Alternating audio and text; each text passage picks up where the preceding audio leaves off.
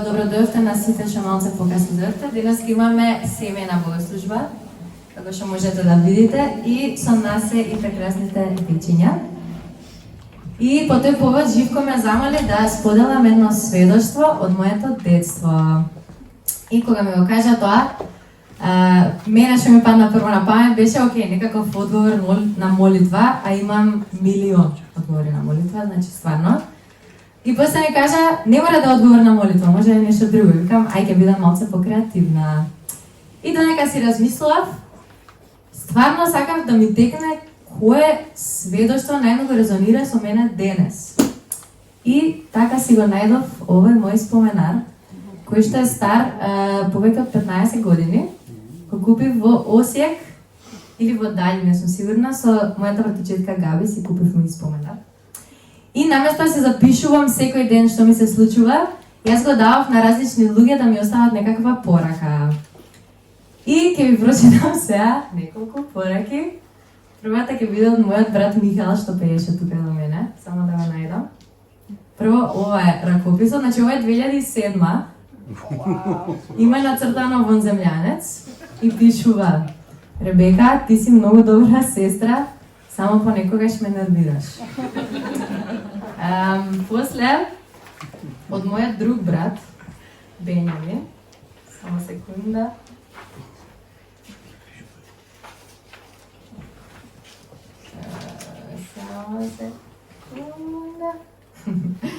Ова е 2009. Ребека, ти си ми сестра, точка. Понекогаш не се поднесуваме, но и тоа поминува. Со среќа во животот и во се. И прекрасни пораки, но една од моите најмилени пораки е пораката од мојата мајка, што ќе ви ја прочитам. И сега, како што може да видите, не сум била баш толку мирно дете. И затоа сите ми кажува, ми имаат пишано, иако се караме, се сакаме. Мајка ми, вака од страните има напишано: се трудам да не те карам кога не треба. Знам дека те карам, но поинаку не можам. И потоа пишува, значи ова е 39.2007. Драга Ребека, многу сум благодарна што ти имам за ќерка. Ти си подарок од Бог. Многу те сакам. Бог ти подарил дар на вера, користи го. Имаш сочувство за другите, негувај го. Чувството за правда е исто дар од Бог. Фала ти што покажуваш добар пример, мама. И си реков, што е моето најголемо сведоштво? А моето најголемо сведоштво е што мајка ми нема напишано, не знам, со среќа во твоите успеси во животот или продолжи да работиш добро. Не дека тоа не ми го кажувала, затоа ме карала. Но една од најважните сведоштва за мојот живот е вредноста која што е всадена од пред се моите родители, а после од црквата, а тоа е вредноста дека најпрво доаѓа Царството Божјо, а се друго ќе си се надодаде. И моето најголемо сведоштво е сушност, што после 15 години од ова палаво девојче што ете сега и не се караме толку и се поднесуваме со браќата и мајка ми нема кара толку често, можам да кажам дека се поминува, но само ова останало. А тоа е дека Матеј 6.33 пишува: но најнапред барете го Царството Божјо, а се друго ќе се надодаде. И најголемото сведоштво за мене е дека нешто најцврсто и нешто кој што не може да се помрдне и да се уништи е вредност. Вредноста која имаме, тоа никој не може да го украде. И ако таа вредност е пред се да го бараме Царството Божјо и пред се да живееме во потенцијалот кој што Бог има за нас, се друго само ќе си дојде и Бог ќе ни го даде. И тоа е моето сведоштво. Ви благодарам, а сега ќе ви поканам децата, имаат представа за нас. Што прават сите? Очекаме Исус да помне. А кој е Исус? Не знаеш кој е Исус? Велат тоа е нашиот нов цар. Тој е син Божи кој ќе не ослободи од римјаните. Леле, па тоа би било супер. Тој сигурно е некој голем и моќен човек. Земи гранче и ќе можеш да го вееш кон него кога тој ќе помине. Исус доаѓа во Ерусалим да ја прослави Пасхата. Ништо не гледам. Ништо не гледам, не можам да го видам Исус, но слушам викање. Што извикуваат? Извикуваат Осана. Да живеа царот Израелев. Да живеа царот Израелев кој е пратен од Господа. Осана значи спаси ме. Го гледам, него, јава на магаре. Зошто јава на магаре? Зарем царевите не јаваат на коњи? Него, доаѓа. Да живеа царот. Исус денеска гледа... Исус е толку добар и радосен, но денес тој изгледа тажно. Него, Исус си оди. Чао, Исусе, чао. Што мислите? Кога Исус ке стане цар? Каде му се војниците? Сите цареви имаат војници.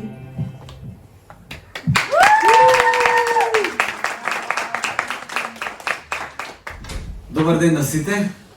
Мило ми е што можеме на празникот Светници да се собереме во црквата и да разговараме па и да научиме нешто многу важно за тоа што Исус го има направено на празникот Светници. Сега вака, од децата видовме што се случувало на Цветници. Значи Исус доаѓа и како што гледате ова е семејна богослужба. Сите тука сме собрани и големи и мали и така ќе поминеме оваа богослужба. Знаете, една од тие познати фрази од еден познат евангелизатор кој се вика Луис Палау. Луис Палау кажал вака: Бог нема внуци, Бог има само деца. По таа логика, иако овие тука мали човечиња се наши деца, кај Бог и во Божји очи сите ние сме деца. Така да во оваа просторија Бог не гледа многу различно помеѓу мене Живко возрастниот со брада и помеѓу Бенјамин тука што следи. Затоа што сите сме ние Божји деца. Сега, оваа драма што заврши, знаете, заврши со едно како реторичко прашање. Илија што постави? Илија, кој беше прашањето? Последното што каже? За Исус треба да има, секој цар има што? Војници. Војници. А кај му се Исус војниците? Па нели он влезе како цар? Кај се војниците на Исус? Ќе се вратиме на тоа прашање речиси кон крајот на ова денешна проповед. Јас се сам да почнам со една приказна. Прво вака, деца, дајте ми еден од тие вашите листови да ви кажам што да правите. Може ли? Дај ми Кико, дај ми го листот, добро. Вака се, деца, прво мора на децата да задашат да им дадам, после на вас ќе ви дадам. Вака се. Значи, овде имате неколку прашања. Прво прашање, вика, малиот човек кој Исус го посети се викаше. Ако слушате проповета, ќе имате одговор на сите прашања што ги има тука. Може? Значи, тоа е прва важна работа. Втора важна работа е, треба да видите и да слушате во приказната колку пати ќе кажам магаре. Добро, пошто во приказната има магаре. Многу е важно магарето. И трето, ќе ве научам како се црта магаре. Може? Ајде, ќе ме слушате вие сите и возрастните тие што не знаете, ќе цртате и вие ако треба. Повели. Океј. Ќе почнам со една приказна и деца сакам да ме слушате сега.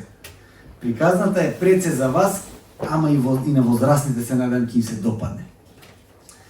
Приказната е за еден селанец кој имал фарма со животни. Може? Во едно село еден човек имал многу животни. Има многу волови, знаете што се волови? Овие машки крави со рогови, тие што работат, тоа се волови, има многу волови. Имал кози, кози знаете што се. Имал овци, имал кокошки, имал едно куче и имал една магарица која била мајка на едно мало магаренце. Сега пред да продолжиме со приказната ќе ве научам како се црта магаре. Може? Ги имате листовите? Имате боички, пекала, гледате се. Јас кога цртам, иначе ако се обидам куче да нацртам, испаѓа магаре. Ептен не ме бива за цртање, ама научив како се црта магаре. Може? Ај се следете. Гледате ли? Секи да цртате едно човече, вако, вака, со очички и уста. Може? Ајде да видам. Ето така, добро. И се тоа човече имало вакви чудни уши некои. Гледате какви уши имало човече. Леле, какви си ти, као зајче изгледа, така? И сега ушите, нели, вакви има тука, ќе го обоите тоа, ајде. Може? И гледайте сега, ова е многу важно, вака, тука. Ова човече имало чудна коса. Веќе личи на нешто, нели? Требаше да остава малку повеќе простор. Ама, ево, оп. И нацртавме магаре. Нацртавте ли? Да видам. Леле, колку хубави магарење нацртавте. Ова личи малце на мене. Значи, еве го магарето. Може? Продолжуваме со приказната. Во дворот секое утро се собирале животните, слушате се, и си правеле муабет. Затоа што сонувале претходната вечер и секој ден најинтересни соништа имала, знаете кој? Козата. Постојано сонувала како се качава по некои невозможни карпи. Вика, јас сонував, стојам една врватна карпа и само јас можев таму да стојам, никој друг. И козата и се смеела на овцата, кажала, па ти не можеш ни по трева да одиш, а камо на карпа се качуваш. Секогаш сонувала некои планини, ридови, како трча слободно и како ужива. Кокошката секое утро станува изнервирана. Затоа што некој постојано ги крадал јајцата. Она секој ден си несе нови јајца, а секое утро кога ќе стане имало само 2 јајца. И не сваќа што е работала. А воловите во целата приказна се правеле најважни. Сика вака. И вака ги гледа другите, ги гледа вака од високо. Со вака роговите нагоре, ги гледале како се расправаат овие. И они воловите мислеле дека газдата, овој што е човекот, нив најмногу ги сака. Демек они најмногу работеле и дека човекот нив најмногу ги сака, ги вреднува и така натаму. Демек затоа што работеле најмногу, најтешката работа ја работеле, како на пример влечеле кола. Сте влечели ли вие кола? Не, епа воловите влечели и викале затоа што само ние може да влечеме кола, газдата нас најмногу не сака. Например, ја обработувале земјата, сте гледале како волови ораат. Ки им стават едно што треба да се влече и го влечете. Само они може да влечат. И сика човекот нас најмногу не сака. А кучето ги слуша како се прават муабет и почнува да им се смее. Абе вика,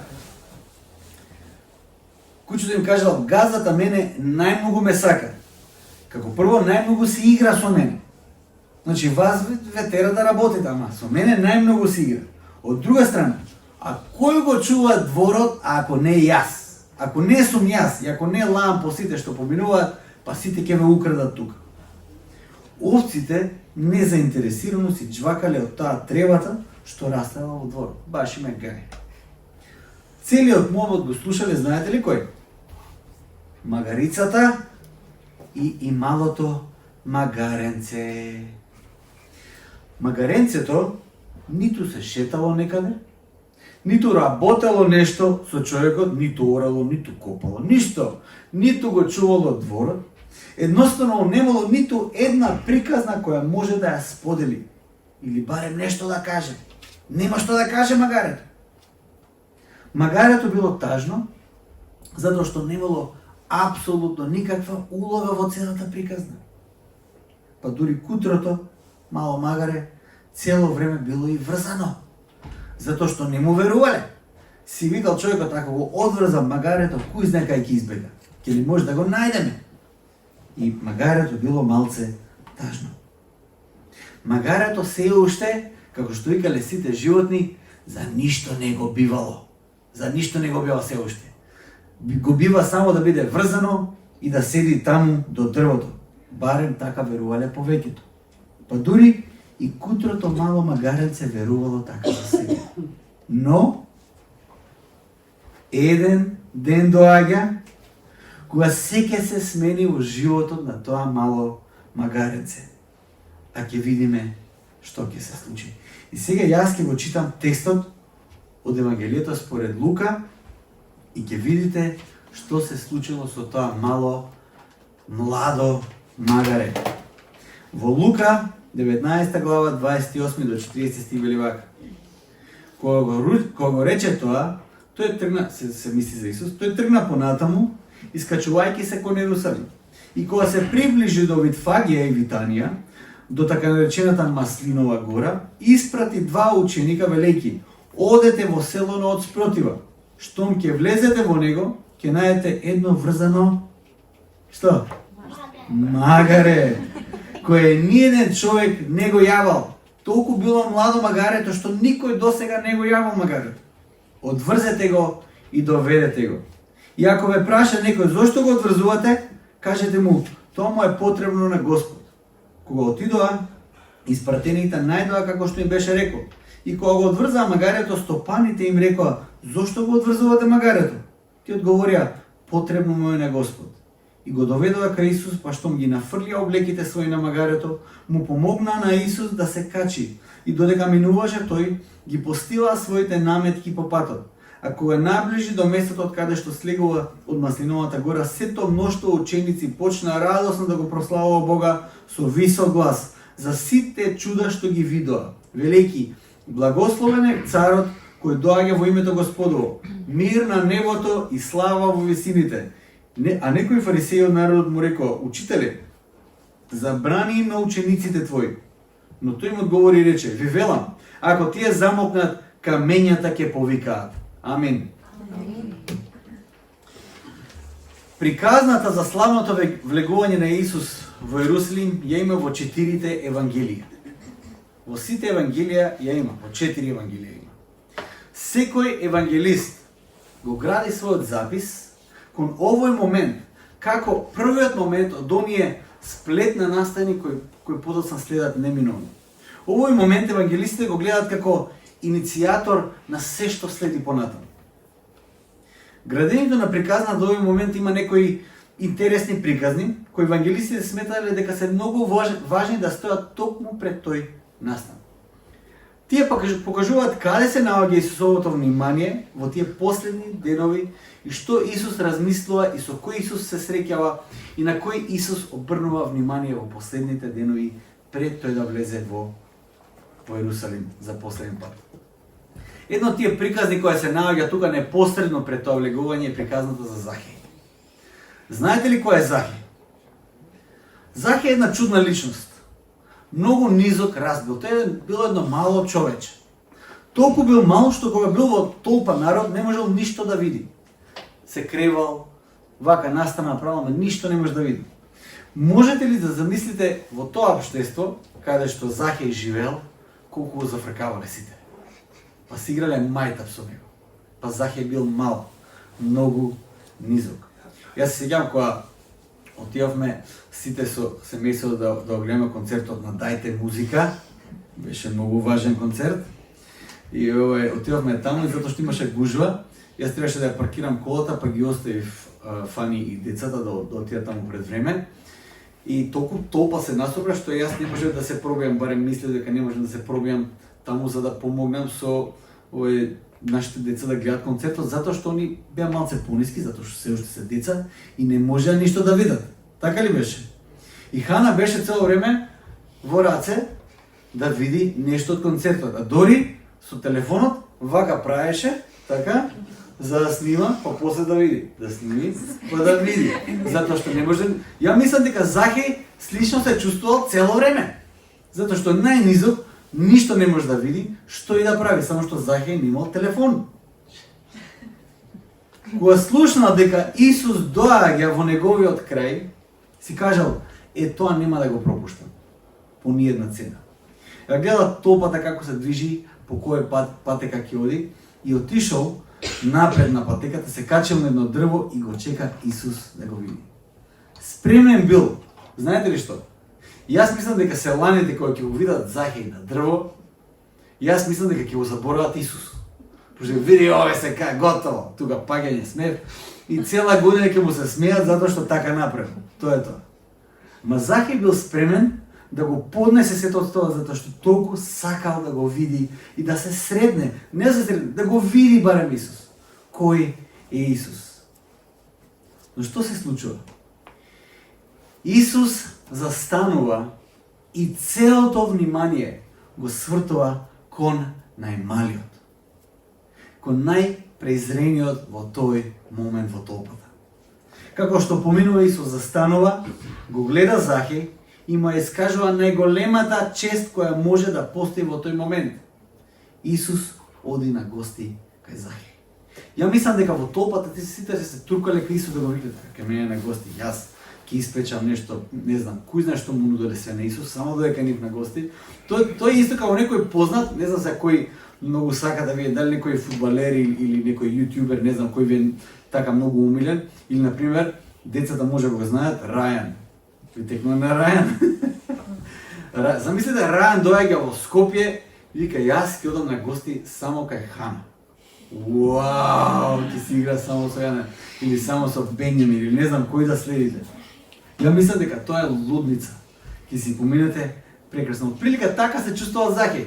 Најпознатиот доаѓа во нашето село и го одбира мојот дом да дојде кај мене на гости. Поголема чест нема од тоа. Евангелистот одлучува таа приказна да ја стави непосредно пред влегувањето во Ерусалим. Но има уште една приказна. А таа е приказната за слепиот Вартоломеј. Еден млад слеп просјак кој се викал Вартоломен, е уште една од тие приказни. Уште една толпата која одела по Исус се обидувала да го замолчи слепиот Вартоломеј. Тој викал, слушал нешто, толпа викал, што е ова, што е ова галама? И ти му кажа, бе, Исус поминува. Молим, јас морам се сретнам со Исус. И почнал да вика, Исусе, сине Давидов! Само што не викал така, тој викал на сет глас. Ако тоа сега се издерам на сет глас, ќе биде малку непријатно да се поднесе тоа во просторијата. Знаете ли што на Вартоломеј баш му е гајле. И дори се обиделе да го замолкнат. Доста, на што личи тоа? Не.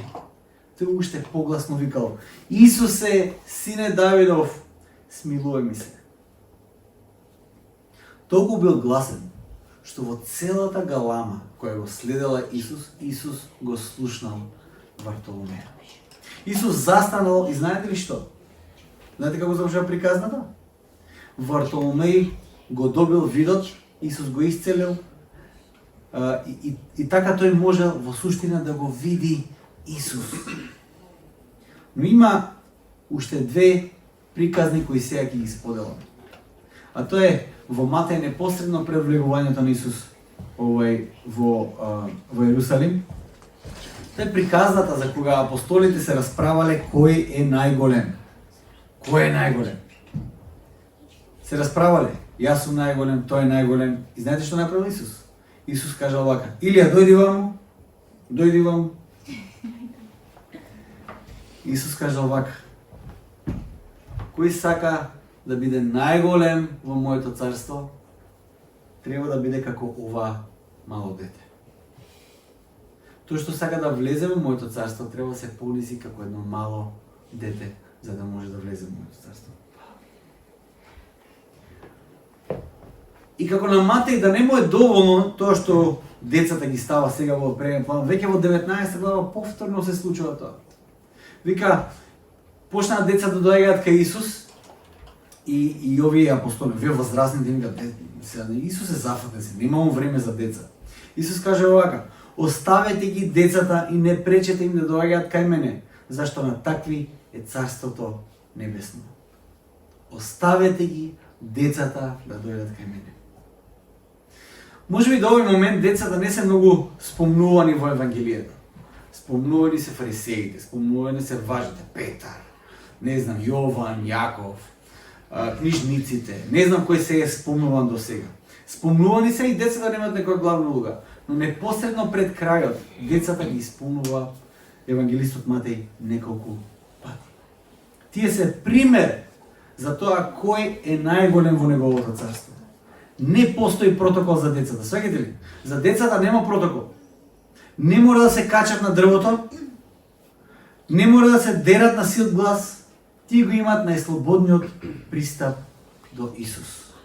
Исус застанува и обрнува внимание на оние кои се презрени, оние кои се отфрлени и оние најмалите. И доаѓаме до нашето магаренце. Деца, ме слушате? Да. Слушате се за магаренцето. Магаренцето кое се уште за ништо не го бивало и кое постојано било врзано, станува магарето на кој ќе се случи најславното влегување, на кој ќе јава најславниот цар. И некои важни работи што можеме да знаеме, се тоа малце повеќе лекција за возрастните. Се надевам дека сакаат историја. Знаете, често пати кога Исус влегува сега во Ерусалим, тој е пречекан во една голема поборка. Често пати кога читаме во Новиот Завет, можеме да видиме дека едноставно често пати не го разбирале или погрешно процениле тоа што Исус сака да го каже. Имаме случај во Евангелието кога Исус прави чудо нешто, го зимаат, сакаат да го коронисат за цар, и Исус едноставно се оттргнува и бега. Толпата не го разбрала. Или имале очекувања од Исус кои не биле реални толпата. Но тоа не е случај со оваа ситуација.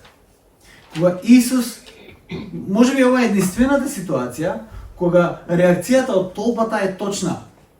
Најчесто реакцијата од толпата е погрешна. Во овој случај реакцијата на толпата е точна.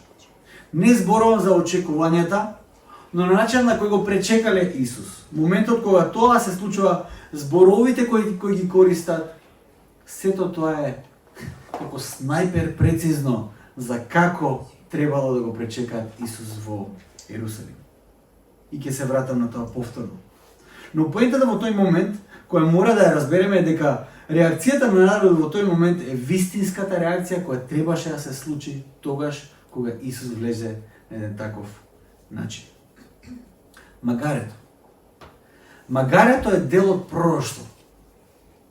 Често пати, знаете, една од тие работи кои сум во последно време сум фасциниран од Библијата е како Библијата ги третира животните. Гледав еден документарец на BBC и ја никогаш до сега ја немам читано приказната на Ное на тој начин, но вика прв пат во животот, тоест првиот запис за тоа како човекот прави preservation, како да кажам, го зачувува животот е приказната на Ное. Затоа што Ное не го спасува само своето семејство, туку што спасува Ное? Спасува и животни. Спасува и жито, спасува нешто, спасува Ное. На некој начин, начинот на кој ја исчитувале тие социолози таа приказна дека тоа е првиот момент во историјата запишан во кој човекот обрнува посебно внимание на животните и на созданието. Како и овде во овој случај, во пророштво е спомнато магарето на кое ќе јава јудејскиот цар. Знаете, кога Исус оди со магарето, треба да знаеме, треба да имаме предвид дека Исус немал проблем со превозот. Исус добро знаеше што значеше тоа негово влегување во Ерусалим, или поточно да кажам, тоа негово последно влегување во Ерусалим. Може би ќе беше поубаво да се види некаков коњ во приказната, некој бел коњ. Исус влегува славно, го јава и така натаму. Кога веќе одиме во тој правец, може би поубаво ќе беше коњ, нели? Може би некоја кочија, уште поубаво ќе звучеше. Кочија која влечат повеќе коњи, повеќе бели коњи. Но што точно представува магарето во приказната, ќе се навратиме повторно и во контекст на таа приказна ќе видиме што значи тоа. Зборот кој толпата го извикува е Осана или на еврејски Хошијана. Лука објаснува малку повеќе за тоа што се случува тука, но Матеј не, затоа што Матеј пишува до публиката кои се евреи, ти многу добро знаеш што значи Хошијана. Лука објаснува малку повеќе, тоест Лука него не пишува зборот Осана или Хошијана, туку тој едноставно го пишува само објаснувањето. Матеј е евреин, како што кажа, пишува до евреите. Она што Лука го објаснува е што токму значи таквото влегување на Исус во Ерусалим. Лука не го пишува тој збор Осана. Сега, како е дојден до тој збор Осана, целиот сетинг за магарето, палмените гранчиња и се што се случува? Знаете, се случува некаде 4 век пред нашата ера, кога Александар Македонски го поробува тој свет. Еден од неговите генерали се вика Антиох, и Антиох е одговорен на регијата кај што живееле евреите, Ерусалим и така натаму. Тие го поробиле, тоест еден од потомците на Антиох го поробил Ерусалим, ги поразил евреите, им забранува било какви религиски пракси, и тоа што тој го направи, оди во храмот и на олтарот на Јахве жртвува свиња. Мислам дека полошо нешто на евреите не може да им се случи. И тој тоа го прави. И тоа го жртвува на богот Зевс. Тоа не е само некој физички пораз кој евреите го доживеале, туку умртвување на нивната душа, на се што тие се. Тој сака да го умртви тоа што тие се. Сепак многу години после, после тој срамен пораз се појавува еден водач по име Јуда Макавејски, не знам дали се слушнале. Во Апокрифата има прва и втора Макавејска книга, во која се запишани тие некои настани кои се случиле помеѓу последниот пророк во Стариот Завет и помеѓу појавувањето на Јован Крстител во Новиот Завет. Има историја од отприлика 400 години што се случува тука. Се појавува Јуда Макавејски и тој во една битка доаѓа до некакво ослободување на евреите, до ослободување на Ерусалим, но не ја завршува работата до крај, но еден од неговите синови 20, тоест внуци мислам дека се 20 години подоцна ги поразува тие хелените во тоа време кај што живееле, тие потомците на Антиох, и го ослободува еврејскиот народ. И тој човек, потомок на Макавејските, тој ослободителот, во Ерусалим го пречекуваат со палмени гранчиња, тој влегува со конј, како војсководец, но го пречекуваат со палмени гранчиња и извикуваат Осана. А Осана, од драмата, ако слушате внимателно, Сара објасни што значи тоа. Знаете што значи Осана? Значи спасине.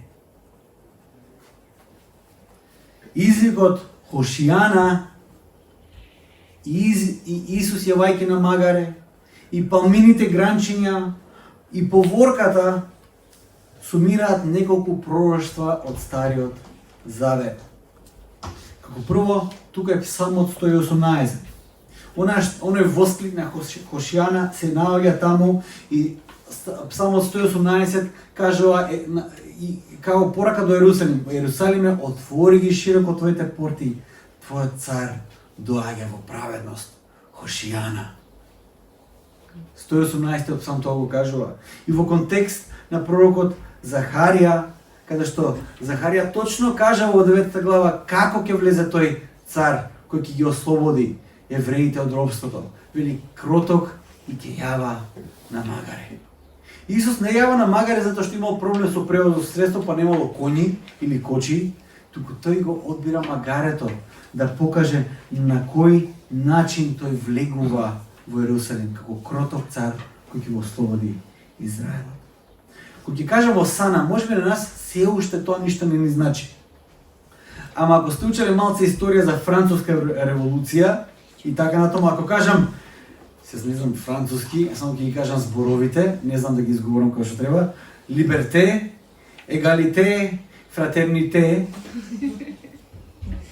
Не го учев француските, треба. Тоа значи слобода, еднаквост, братство. Во Франција ќе го кажете тоа на било кого, ти точно знаеш што значи тоа. Тоа представува француската револуција, на тоа почива сиот нивниот идентитет. Кој би бил нашиот еквивалент?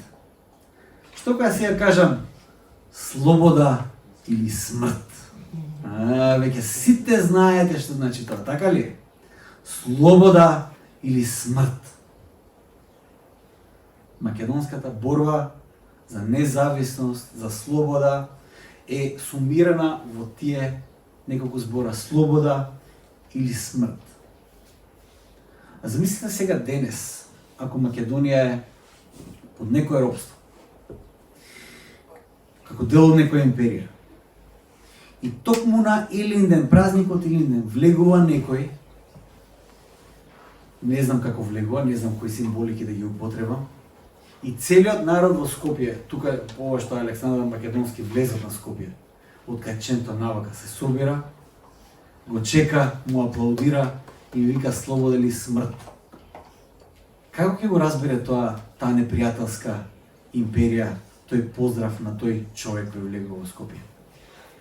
Ќе го гледа како еден кој се дрзнал да ја ослободи Македонија од робството, затоа што македонците многу добро знаат што е слобода или смрт. Го знаат следниот потек. Тоа значи е моментот кога почнува нашата револуционерна борба. Слобода или смрт. Моментот кога Исус влегува во Ерусалим, кога толпа да вика Хошијана, го представува токму тоа. Доаѓа ослободителот и сега сите тие кои сте поробители на нашиот народ, држте се, затоа што имаме ослободител. Хошијана доаѓа да не ослободи. Кога фарисеите го прашуваат Исус, абе ги слушаш ли овие што зборуваат? Буквално така го прашуваат Исус. Ги слушаш овие што зборуваат? Со други зборови му кажуваат на Исус, разбираш кој е следниот потек? Или може би сакале да го прашат, кај ти е војската? Мислам, слушам нешто Хосана, ама кај ти е војската? Или може би сакале да му кажат, знаеш дека сега нема веќе враќање назад, нели? Тоа е тоа. Со такво влегување во Ерусалим, на празникот Пасха со тој усклик, нема враќање назад. Или може ли сакале да му послушат како сите кои се обидели со такво нешто пред него, или може би му кажа на Исус, слобода или смрт ќе е сега, толку, нема трета опција. Затоа што пред Исус имаше неколку водачи кои се обиделе да бидат Месија. А што видели Исус на тие прашања на фарисеите? Исус во 40 стих вели вака, ви велам, ако тие замолкнат, камењата ќе повикаат. Исус е вели, свесни ли сте дека целото создание го чека тој момент? Ако луѓето не воскликнуваат, камењата ќе почнат да викаат, затоа што целото создание го чека Господовиот ден, да се случи тоа конечно ослободување од робството на гревот. Целото создание го чека токму овој момент. Кусогледоста на фарисеите не зависеше од тоа дали имаат доволно пристап до информации. Тие имаат пристап до најконкретните Божји објави во историјата на човештвото. Кусогледоста на фарисеите не зависеше од немањето пример во својата историја. Па во тој момент се спрема за празникот Пасха. Момент кога Јахве ги избави од робството од Египет на чудесен начин. И тоа преку поменување на разделување на Црвеното море. Значи, тие има пример во историјата за што Јахве може да направи. Кусогледоста на фарисеите не беше заради необразованието. Се извинувам. Фарисеите во тој момент верувам дека беа едни од најобразованите во целото Римско царство. Ти го знаеш Стариот Завет на памет. Ја знае, голем дел од нив знае и грчка филозофија, и римска филозофија, се знае. Историја знае. Проблемот беше во нивната невера. Верата, како што кажува апостол Павле, е доказ за нештата кои не се гледаат со нашите телесни очи. Проблемот на фарисеите е што нивната целокупна реалност зависеше од нивните телесни очи. Толку. Од нивните телесни пресметки. Толку. Тие заборавија дека верата е доказ за она што не се гледа. Тие воопшто не можеа да ја видат војската на Исус, која Исус ја подигна за неговото царство. Војска која можеше да се види само преку верата. Тоа беше најневеројатната војска која постои. Знаете ли дека во тој момент Исус уствари имаше војска? И може би не ја гледа. Може би очекува да видат оружја кои се нормални за војска во овој свет, во овој материјален свет. Но не ја видел војската која е потребно уствари да се бори во духовниот свет. Во Евангелието според Матеј, писателот Матеј обрнува многу внимание на една група која е посебно значајна за Исус во неговата армија. Многу значајна група. Тоа беше посебно значајна група затоа што беше најхрабрата група која постои во тој момент и нема никаков страф за тоа што може да се случи кога беа искрени и кога од се срце беа радосни. Тоа беше една посебна група која фарисеите ја видоа, ама крајно ја подценија. И сега ќе ви кажам за која група се работи. Во Матеј 21 глава вели вака, 15 и 16 стих. А првосвештениците и книжниците, гледајќи ги чудесните дела што ги прави тој и слушајќи ги децата, како викаат во храмот и велат осана на Давидовиот син, се разгневе и му рекоа: слушаш ли што велат тие за децата? Абе, свесни ли си што зборат овие деца? А Исус ми рече: да, зар никогаш не сте читале? Од устата на новороденчињата и од оние што цицаат, ти си приготвил пофалба. Исус вика: ова е мојата армија. Ова е мојата војска. Овие децата. Господ нив ги приготви да бидат моја војска. Децата се оние кои најхрабро навиваа за Исус. Дали јас најавам за Исус најсилно? Посебно во ова време кога едноставно може би не е најпопуларно да се најавува за Исус. Дали јас најавам за Исус најсилно? Те прашам тебе, дали ти сега денес навеваш најсилно за Исус? Може би не е најпопуларно се најавува за Исус. Дали ти сега најаваш за Исус? Денеска сме предизвикани да навиваме за сите можни, знаете, има еден куп групи и луѓе и поединци и партии кои на некој начин ве охрабруваат, се обидуваат да ве охрабрат да навивате за нив. Кој да е тоа? Ти го сакат вашиот глас, да го подигнете вашиот глас за нив, да ги поддржите. И многу голема е таа кампања. Порано може би имаше изборна кампања која траеше еден месец, сега трае цела година, 24 сати во денот. Цело време преку тие пиар, преку социјални медиуми, цело време се објавува што се прави, што се гради и така. Значи го сакаат вашиот глас, константно да бидеме гласни. Може би сега не е популарно се најава за Исус. Прашањето е, дали имаме храброст како овие деца во храмот да навиваме за Исус. Во храмот навива за Исус. Тоа беше страшно. Следната сцена, знаете што се случи? Тоа што го проповедав мината недела. Исус го исчисти храмот. Децата го најавија исчистувањето на храмот. Да, Ерусалим беше важен, но центарот на светот беше храмот. И Исус го исчисти. А тоа беше најавено од неговата војска, децата. На кој начин јас сум верен војник на Исус во целата приказна? Секој од нас се бори за нешто. Секој од нас отсликува нешто. Една од тие работи, ако земам некоја символика за кои сме ние, што е човекот? Јас човекот го гледам како е едно огледало што рефлектира. Тоест, многу теолози така го гледаат човекот.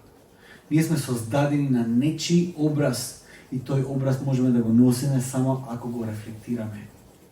Ние сме како едни закосени огледала, што треба да го рефлектираат во созданието, создател треба да го рефлектираат. Тоа сме незакосени огледала. Таков е човекот. Ние рефлектираме нешто. Прашањето е што рефлектираме ние. Искрено во приказната од сите почесни улоги ќе бев среќен на вистина да сум магарето во приказната на Исус. Од сите тие почесни улоги, ако јас може да бидам магарето, ќе ми беше многу мило. Подобро магарето да бидеш во оваа приказна отколку некој од тие важните фарисеи. Подобро магарето. Верувајте ми. Понекогаш светот околу нас ќе направи да се чувствуваме како магаре. Може би ќе си играат мајтап со нас како што си игра мајтап со Захеј. Еве овој нискиот, за ништо не вреди. Озгора на се па и даночнике, па им служи на пријателите. Катастрофа! Што има од овој? Ништо нема од овој, ништо нема да биде од овој. Види, плюс е и мал, по тоа е казнат од Господ. Може би светот така ги те гледа. Може би ќе се обиде да не замолчи светот, како што се обидел да го замолчат Вартоломеј. Може би ќе се обиде светот да не забрани да се приближиме до Бог, како што се обидаа да им направат така и на децата, да им забрана да дојдат до Исус. Без разлика која е твоето искуство, не се откажувај и дојди слободно до Исус. Без разлика во која улога ќе се најдеш, не се откажувај и дојди до Исус. Исус за чистите по срце ќе ја запре целата поворка. Ќе ја замолкне толпата да те слушне и ќе ги отстрани оние кои ти забрануваат да му се приближиш. Само дојди кај Исус со чисто срце. Сакај да го видиш. И тој ќе ја запре целата поворка. И како што писателот на Откровението ќе каже, ако ја отвориш вратата во твоето срце, на која што Исус чука и тропа, и тој ќе влезе и ќе има вечера со тебе. Како и кај Захеј. Колку почесна улога имаше Захеј во целата приказна. Колку почесна улога имаше Вартоломеј во целата приказна на Исус. Колку почесна улога има децата во приказната на Исус, посебно во Евангелието според Матеј. Ги гледаме како Исус има пример за едно дете, за апостолите ни даде пример. Ги гледаме како Исус ги благословува и кажа на ваквите Царството Божјо. И на крај ги имаме како навестители на Христовото очистување на храмот, каде што ти извикува Осана, дојди, спаси не Христе. Те чекаме, дојди, спаси не. Колку почесна улога имаше магарето во целата приказна да го носи царот кој доаѓа во својата праведност. Сакам оваа недела да ве предизвикам малце како заедница и сакам да ме сватите сериозно. Речи си секоја недела доаѓаме до некоја приказна и јас и Фани за некој кој е во потреба, оние кои се отфрлени, оние кои немаат никаков глас. Секоја недела, верувајте ми без исклучок, доаѓаме до некој кој е гладен. Приказна за некој кој е гладен. Вика во последните неколку недели тоа се случува. Доаѓаме до некаква приказна на неправедност некако направена. Доаѓаме до некаква приказна за некој кој е онака маргинализиран, кој не е важен во општеството, не е од тие главните фаци. По примерот на Исус, од сега, од оваа недела до следната недела, Великден. Помислете на некој од тие луѓе. Помислете и обидете се нешто да направите. Обидете се да помогнете. Обидете се некој да посетите. Можеби знаете некој кој нема многу пријатели, кој е отфрлен, кој можеби нема е чисто баш најмногу дома. Кој можеби и скитник, на работ на скитник. Посетете го. Направете нешто. Направете нешто. Од сега до Великден. Обрнете внимание, искажете милост на начин на кој Христос искажал милост на секој еден од нас поединечно. Како што кажа Исус, Бог сега сите нас не гледа како деца, без разлика дали сме 55 години или 5 години. Сите ние сме негови деца по благодат. На ист начин, Исус на сите овде на цел свет не гледа, знаете ли што? Подеднакво грешни. Кај нас нема подобри од другите, верувате му, од Божјиот контекст, од негова гледна точка, сите ние сме грешни, толку. Саѓате ли? Едноставно тој искажува милост и доаѓа кон нас. Нашата најдобра облека, најсвета облека која имаме, ако ја облечеме, не е доволна за Бог да каже, ова е добар човек. Не. Нашата добрина произлегува само од Божјата милост. Само од Негова благодат. Само од тоа што Тој го направи на крстот, на Црн петок, на Велики петок, каде Тој умре за секој еден од нас. Само заради таа жртва и префаќањето преку вера, Тој нас може да не гледа како луѓе кои сме чисти, кои сме доволно добри, кои сме праведни затоа што носиме Неговата праведност. Оваа недела, од понеделник до петок, ве охрабрувам. Направете си една мисија. Посетете некој кој е во потреба. Молете се за некој кој е во потреба. Купете за некој нешто. Сгответе за некој нешто. Имате многу опции. Имате многу опции за да се искаже милост. Верувајте ми, листата е бесконечна. Направете нешто. Јас се надам дека тоа ќе стане дел од вашата нова природа. Затоа што по благодат сме спасени. Скапо сме платени. Тоа не е по наша заслуга, тоа е милост Божја. Нека таа милост ја рефлектираме насекаде околу нас. Верувате ми, малце само ако размислите, ќе најдете многу луѓе околу вас, на кои ќе ми е добре дојдена вашата помош. Искажете љубов на луѓето околу вас. Молете за тие околу вас. Великден е момент кога Бог Синот се даде целосно заради нас, безпоштедно. Во тоа е неговата слава оствари, бидејќи ја врши волјата на својот небесен татко. Нека и ние, по благодат, со неговата сила, ја вршиме волјата на нашиот небесен татко. Јас искрено се надам дека ова недела Скопје ќе биде поубаво место за живење. Амин. Јас искрено се надам дека Скопје оваа недела ќе изобилува со Божјата милост. Токму преку вас. Амин. Ќе искажете милост. Ќе допрете некој со Божјата љубов. Многу се надевам дека тоа ќе се случи. Ајде се молиме за крај. Татко наш небесен, Исусе Христе, Сине Божи, ако ти помисли дека магарето може да послужи за твојата мисија на овој свет, тогаш може да послужиме било кој од нас. Господи, сега те молам да ни искористиш за твојата љубов да протече преку нас кон овој свет.